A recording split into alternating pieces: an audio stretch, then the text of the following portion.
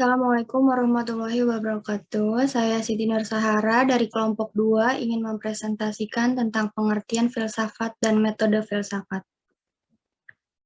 Yang pertama itu ada pengertian filsafat, yang kedua ada metode filsafat, dan yang ketiga ada objek filsafat. Pengertian filsafat. Filsafat adalah pandangan tentang dunia dan alam yang dinyatakan secara teori. Filsafat adalah suatu ilmu atau metode berpikir untuk memecahkan gejala-gejala alam dan masyarakat. Filsafat mempersoalkan tentang etika atau moral, estetika atau seni, sosial dan politik, epistemologi atau tentang asal pengetahuan, ontologi atau tentang manusia. Secara etimologis, kata filsafat berasal dari bahasa Inggris dan bahasa Yunani.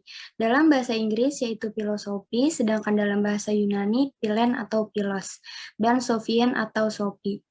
Philos artinya cinta, sedangkan sophia artinya kebijaksanaan. Dengan demikian, filsafat dapat diartikan cinta kebijaksanaan.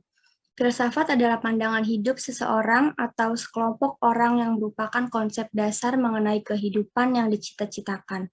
Filsafat juga diartikan sebagai suatu sikap seseorang yang sadar dan dewasa dalam memikirkan segala sesuatu secara mendalam dan ingin melihat dari segi dan luas dan menyeluruh dengan segala hubungan. Menurut pendapat para ahli, yang pertama ada Al-Kindi, filsafat adalah kegiatan manusia tingkat tertinggi yang merupakan pengetahuan yang benar mengenai hakikat segala yang ada bagi manusia. Bagian filsafat yang paling mulia adalah pengetahuan kebenaran pertama yang merupakan sebab dari segala kebenaran.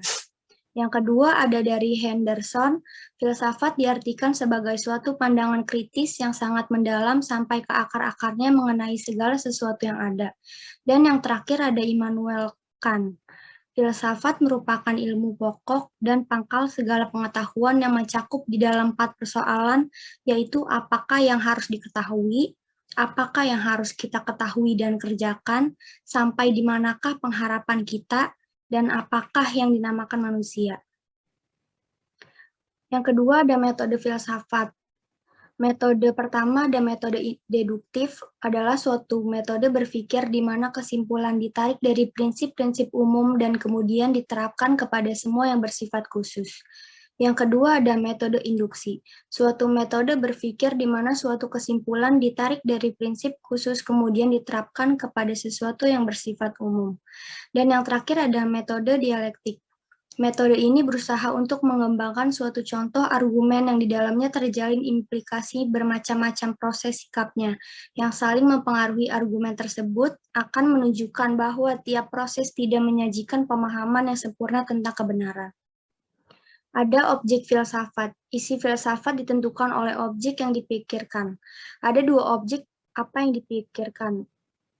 Di antaranya satu objek material, segala yang ada dan mungkin ada, jadi luas sekali dan tidak terbatas. Dan yang kedua ada objek formal, sikap penyelidikan. Penyelidikan yang mendalam atau ingin mengetahui bagian dalamnya. Kata mendalam artinya ingin tahu dan objek yang tidak empiris. Terima kasih dan yang kedua akan dilanjutkan oleh Jihan Ayu Andari.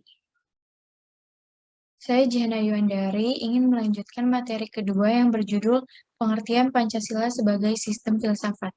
Next.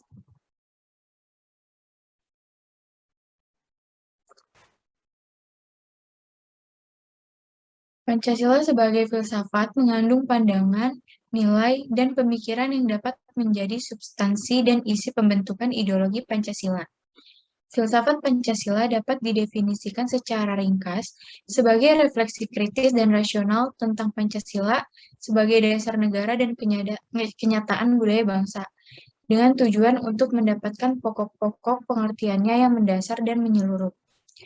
Pancasila dikatakan sebagai filsafat karena Pancasila merupakan hasil permenungan jiwa yang mendalam yang dilakukan oleh the founding father kita, yaitu Ruslan Abdul Ghani, yang dituangkan dalam suatu sistem.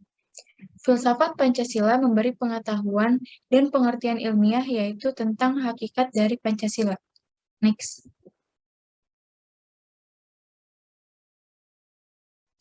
Pembahasan mengenai Pancasila sebagai sistem filsafat dapat dilakukan dengan 2 cara, yaitu cara deduktif dan cara induktif. Yang pertama, cara deduktif, yaitu dengan mencari hakikat Pancasila, serta menganalisis dan menyusunnya secara sistematis menjadi keutuhan pandangan yang komprehensif. Yang kedua, cara induktif, yaitu dengan mengamati gejala-gejala sosial budaya masyarakat, merefleksikannya, dan menarik arti dan makna yang hakiki dari gejala-gejala itu. Next. Secara aksiologis, bangsa Indonesia merupakan pendukung nilai-nilai Pancasila, yaitu bangsa yang berketuhanan, yang berkemanusiaan, yang berpersatuan, yang berkerakyatan, dan berkeadilan sosial. Pengakuan, penerimaan, dan penghargaan atas nilai-nilai Pancasila itu nampak dalam sikap, tingkah laku, dan perbuatan bangsa Indonesia, sehingga mencerminkan sifat khas sebagai manusia Indonesia. Next. Dalam filsafat Pancasila, disebutkan ada 3 tingkatan nilai, yaitu nilai dasar, nilai instrumental, dan nilai praktis. Yang pertama, nilai dasar. Nilai dasar adalah asas-asas yang kita terima sebagai dalil yang bersifat mutlak, sebagai sesuatu yang benar atau tidak perlu dipertanyakan lagi. Nilai-nilai dasar dari Pancasila adalah nilai ketuhanan, nilai kemanusiaan, nilai persatuan, nilai kerakyatan, dan nilai keadilan. Yang kedua, nilai instrumental adalah nilai yang berbentuk norma sosial dan norma hukum yang selanjutnya akan terkristalisasi dalam peraturan dan mekanisme lembaga-lembaga negara.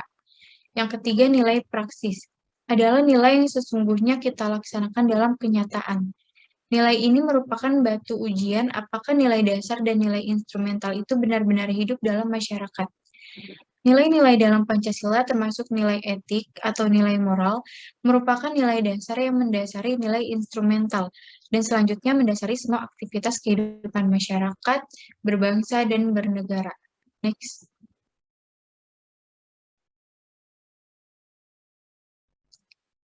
Pancasila yang terdiri atas 5 sila pada hakikatnya merupakan sistem filsafat. Yang dimaksud sistem adalah suatu kesatuan bagian-bagian yang saling berhubungan, saling bekerja sama untuk tujuan tertentu, dan secara keseluruhan merupakan suatu kesatuan yang utuh. Sila-sila Pancasila yang merupakan sistem filsafat pada hakikatnya merupakan suatu kesatuan organis. Artinya, antara sila-sila Pancasila itu saling berkaitan, saling berhubungan, bahkan saling mengkualifikasi. Pemikiran dasar yang terkandung dalam Pancasila yaitu pemikiran tentang manusia yang berhubungan dengan Tuhan, dengan diri sendiri, dengan sesama, dengan masyarakat bangsa yang nilai-nilai itu dimiliki oleh bangsa Indonesia. Dengan demikian, Pancasila sebagai sistem filsafat memiliki ciri khas yang berbeda dengan sistem-sistem filsafat lainnya, seperti materialisme, idealisme, rasionalisme, liberalisme, komunisme, dan sebagainya. Next. Materi selanjutnya akan disampaikan oleh Anna Octavia. Saya, Octavia, ingin melanjutkan materi tentang Pancasila sebagai kesatuan nilai. Next.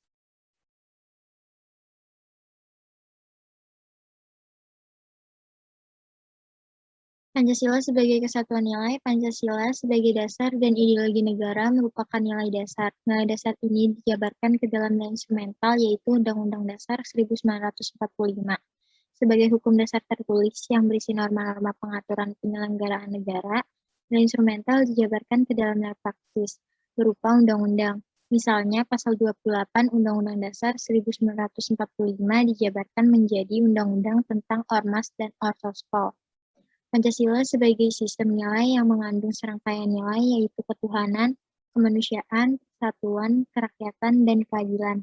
Kelima nilai ini merupakan satu kesatuan utuh Pancasila sebagai suatu sistem nilai termasuk ke dalam nilai moral, nilai kebaikan, dan merupakan nilai-nilai dasar yang bersifat abstrak. Next.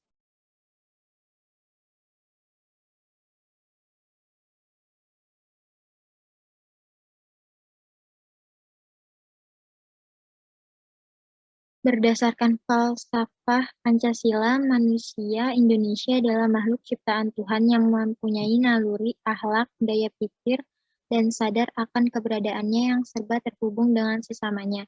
lingkungannya, alam semesta, dan penciptanya. Kesadaran ini menumbuhkan cipta, karsa, dan karya untuk mempertahankan eksistensi dan kelangsungan hidupnya dari generasi ke generasi. Pancasila merupakan dasar negara bagi negara kita. Pancasila lahir berdasarkan nilai-nilai budaya yang terkandung sejak zaman nenek moyang kita dahulu. Nilai-nilai tersebut lahir dan melekat secara tidak sengaja pada nenek moyang kita. Pancasila itu terdiri dari panca dan sila.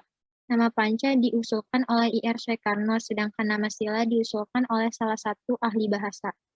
Pancasila dirasakan sudah sempurna dan mencakup segala aspek pada bangsa Indonesia. Next.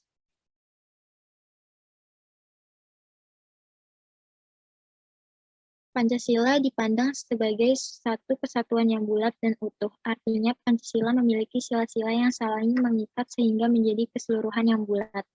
Kesatuan antara sila-sila Pancasila tidak hanya bersifat logis, namun juga kesatuan dasar ontologis, epistemologis, dan dasar aksiologis. Kelima sila dalam Pancasila tidak dapat dipisahkan, karena pemisahnya dapat menyebabkan Pancasila kehilangan esensi sebagai dasar negara. Dengan kata lain, sila-sila Pancasila saling menyempurnakan. Apabila salah satu sila tidak terwujud, maka akan mempengaruhi perwujudan sila lainnya. Bunyi kelima sila Pancasila adalah sebagai berikut. 1. Ketuhanan yang Maha Esa. 2. Kemanusiaan yang adil dan beradab. 3. Persatuan Indonesia. 4. Kerakyatan yang dipimpin oleh hikmat kebijaksanaan dalam permusyawaratan dan perwakilan.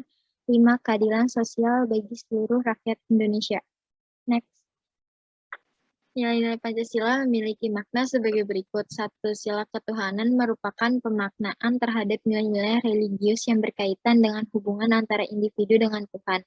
2. Sila kemanusiaan berhubungan dengan aspek moralitas, keteraturan, dan perwujudan peranata sosial yang beradab. 3. Sila persatuan Indonesia menyiratkan makna perwujudan, kesatuan, dan kasih sayang terhadap segenap suku bangsa dari Sabang hingga Merauke. 4. Sila permusyawaratan dan perwakilan menyeratkan makna perlunya demokrasi atas dasar konsensus dalam menyikapi beragam persoalan. 5. Sila keadilan sosial menyeratkan perilaku transparan, adil, dan merata untuk mewujudkan kesejahteraan sosial bagi seluruh rakyat Indonesia dengan beragam etnik. Next.